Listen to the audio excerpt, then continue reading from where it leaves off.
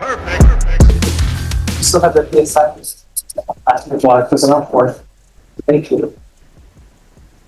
All right, the court is calling 2025 CR 004431, State versus Kimberly Renee Essex. Could I have parties announced for the record? Words for the state. Michael Bellaro from Miss Essex. And are you Miss Essex? Yes, ma'am. All right, you entered a plea to count 4, paragraph A of no contest. You pled true to the enhancement. State waived counts 3, 1, 2, counts 4, paragraph B, and just one moment. Well, this will make it simple. They are proceeding on counts 4, paragraph A, and the enhancement. All other paragraphs were waived. According to the plea bargaining agreement, punishment is to be assessed at 10 years in the prison. There's a $1,000 fine. The state opposes your application. Have both parties had a chance to review the PSI and TAP evaluation? Yes, Your Honor. Yes, Judge. There was also a McMyoff evaluation. And the McMyoff evaluation? Yes. All right, any objections? No objections. The state, Judge. All right, state, do you have any witnesses? No witnesses, Judge. Defense, any witnesses? I have one witness, ma'am. All right, you may call your witness. Yes. And if you'll step over to this side, please. She is my daughter. Yes, you got. So you're familiar with her legal situations? Correct. Okay. You're aware of what she's charged with today? Correct. And you're aware that she is facing up to 10 years in prison? Yeah. Do you feel 10 years is going to help her? As a father, 10 years, gee, but I don't see at her age what benefit that would be. And as you explained to me earlier, maybe a different scenario would be the mental and alcohol treatment center, Right. which sounds. Here's the emotional hook. Kimberly's own father is pleading for rehab over prison time. But remember, the judge isn't swayed by sentiment. She's bound to weigh history and public safety. What do you think? Should family testimony carry this much weight in sentencing?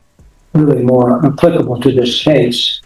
I think Kimberly has obviously issues with alcohol and drugs, but also the mental issues have not really been addressed. She feels that she has drugs implanted in her stomach and her brain. Just various things that I think she would benefit from the other program in the prison. All right. Is there anything else you'd like to tell the judge? She's a good person. She just great heart. I have no other questions. Any questions? Just a few, Judge. I'm Mr. Essex. Okay. Okay, call you Bill. Sure. What do you prefer? Whatever you feels fine. All right. So I know you're Miss Essex's father, and she's kind of had a history of struggles. Is that fair? Correct. Back to the mid or the 2000s, Yes. like theft, and that intoxication assault, which seemed to be a life-changing event for her. Yes. Like she did a little bit for criminal mischief. I believe so. Yes. About 16 months ago. And sometime after she got out of prison for her intoxication assault, he was put on probation for another DWI. Remember that? I'm not aware of that. I'm aware of that. Remember her going back to prison? Subsequent? No. There's still one time in Houston. Okay. So you're not aware of anything out of Austin? Yeah. Yes. Yeah. Yeah. Exactly right. It's like discharged in 21, so Correct. we're talking about decades of substance use Correct. issues. Correct. And have you personally observed in the last few decades substance abuse issues as her father? Yes. You've seen how that affects her behavior. Yes. And now, are you familiar with the facts kind of the incident case? More or less, yes. Now, there's some indication on the front of this, which, in fairness, pretrial sentencing officer investigates this to give the court context. Right? Okay. Kind of the purpose of all this. Okay. We like to view the whole person before the court makes a decision. And they give their impressions sometimes. And the impression that they got is that she acknowledged guilt. But she gave a statement, and the statement seems to indicate that she was given a card to use. That was just kind of that. Is that consistent? I wasn't involved. That was my former wife. Oh, I see. Okay. Yeah. So you're not personally familiar with No. this? Okay. Now, the plea bargain here is 10 years opposed. So I'm here, I look at this history. Okay. I look at the opportunities that she has received. Correct. Treatment. Notice what the prosecutor is doing here, laying out Kimberly's long track record with drugs and crime. This is classic. Prosecutors emphasize history to show a pattern, making it harder for the defense to argue this was just one mistake. Powerful move, right? Probation, I Right. think. So she's clearly shown us that she's either not taking it seriously or she's not ready. She hasn't been ready before. So is there anything in this situation here that tells you that this situation is different?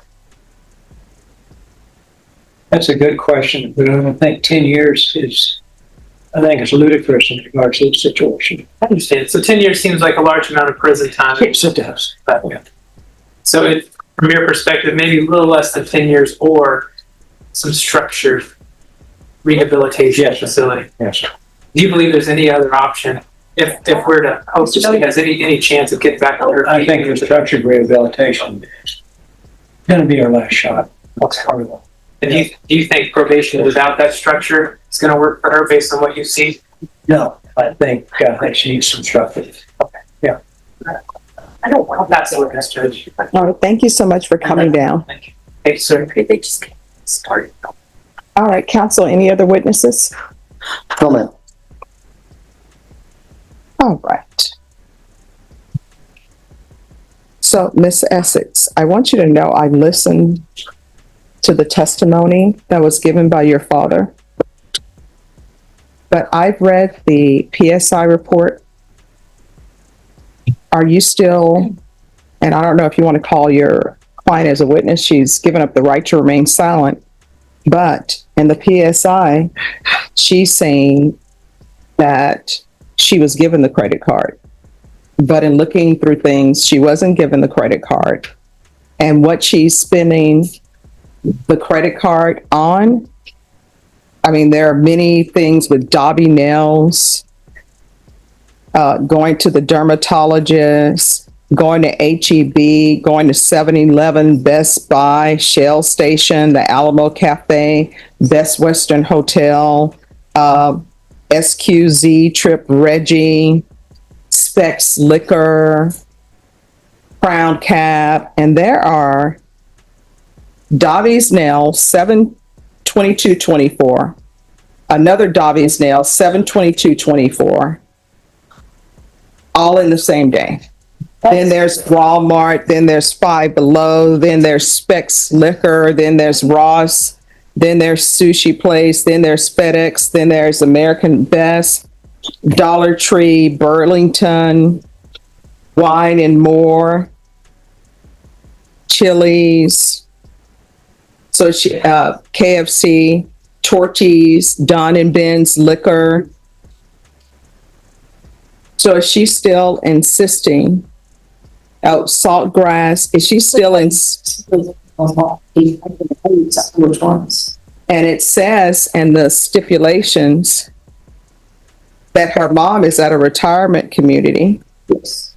and that And there it is, dozens of charges on her mom's credit cards. Nails, sushi, liquor, hotels. The detail isn't random. Judges often list charges out loud to underline the seriousness and almost embarrass the defendant. It's like saying, look at this shopping spree with stolen money. people there became concerned. And that's when they discovered that the mom's credit cards were gone. And actually, the person who has guardianship of the mom became concerned as well. Yes. So it appears that your client was just spending money with no intention of paying it back because she didn't pay it back. Did she expect her mother, who's in a retirement home, to pay this back? I can't answer that. And it's like if she's saying that she had permission for it and it was a gift. Not all of them. Not all of them. Oh, you want to raise your right hand? Yes. Do you solemnly swear or affirm the testimony you give will be the truth and nothing but the truth, so help you God? Yes. Can you tell you which ones? No, you can lower your hand. State your name for the record. Kimberly, yes. All right, you can lower your hand. Your mom lives in a retirement community, so that I'm assuming that means that she's retired. Is that correct? Yes. And someone else has guardianship over her. Is that correct? Yes, but I came back to her from the hospital. She had a heart attack. No, my question is, does somebody else have guardianship over her? I guess so. And who would that be? My brother. I'm sorry? My brother. So, when someone has guardianship over someone else, doesn't that mean that they're in charge of any type of spending of money? Correct? Yes. All right. So, my understanding for reading the stipulations is you came to stay with her Yes. Yeah. and you were staying with her. And then her credit cards were determined to be missing. And you didn't have permission from the guardian to take those credit cards. And you did. And were you going to Dobby's Nails, Specs Liquor Store? Yes. And were you going to Best Western, Yes. HEB, Yes. Torchy's? That was with my mom. All right. And Walmart and Dollar General. It's pretty extensive. All right. So, So, oh, no, there's no need to apologize to the court. This is the state of Texas versus, so you can apologize to the state of Texas, maybe apologize to your mother, but my credit cards were not the credit cards that were taken. Do you have any questions of the witness state? Ms. Essex, after having gone through that, do you believe that you were completely honest with the PSI officer? pretty much. Yes. Your mother gave you the card and that was that? Yeah, but not on all those charges. But she gave you the card, but she gave you limited permission. Yes, that's And it correct. just took it too far. A little bit.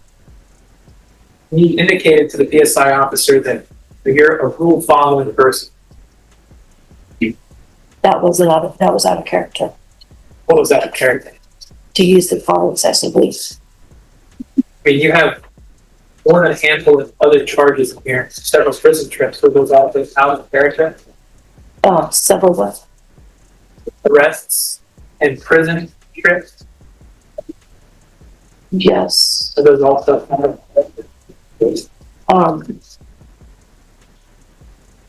At what point does it become your character? I don't know. What was that? Oh, asking me. You told the PSI officer at Yes. this court that you're a rule following person. That this particular incident was It's kind the of manic, yeah. The manic episode I had. dating all the way back to 2007. Oh, 2007 is when I got a DWI. Hurt somebody, Yes. right? You went to prison for that. Yes. Was that out of character? I guess so, yes. I'm like, I own it. You picked up another DWI in Austin. In 2014, 10 years ago. Was that out of 11 character? I'm a little bit, yes. You done jail time for destroying somebody else's property? That was my mom's hospital. That's another story. Was that out of character? This exchange is brutal. The judge is poking holes in Kimberly's claim that this crime was out of character.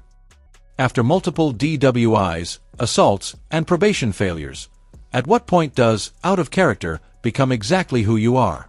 I don't believe that one was out of character. I had all my stuff in the house. I didn't have a way to get in. You had my things. You kind of understand what I'm saying at? Yeah. You have a list of issues you've had with the law. So is it fair to say that this was out of character, or do you need help fixing your character? I don't know what you want me to say. I really don't. How many times have you been on probation? I've been on parole.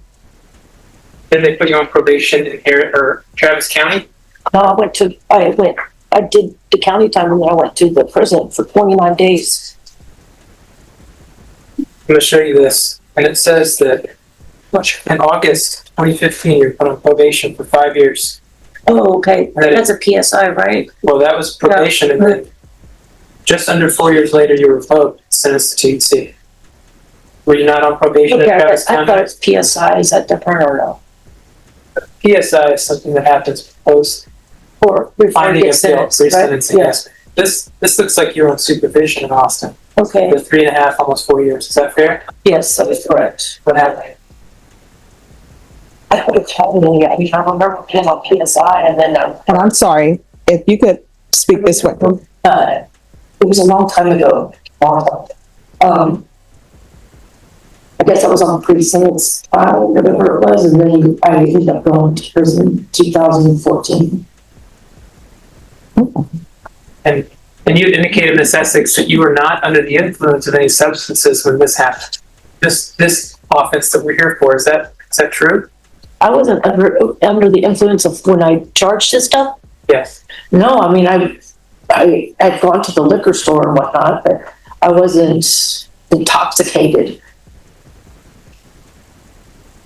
What is that?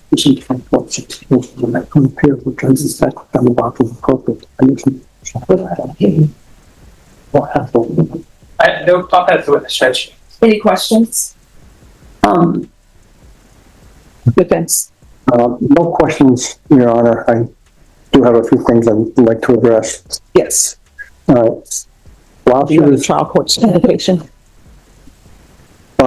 in Bear County, she wanted me to present those certificates to the court that showing that she is trying to be a better person.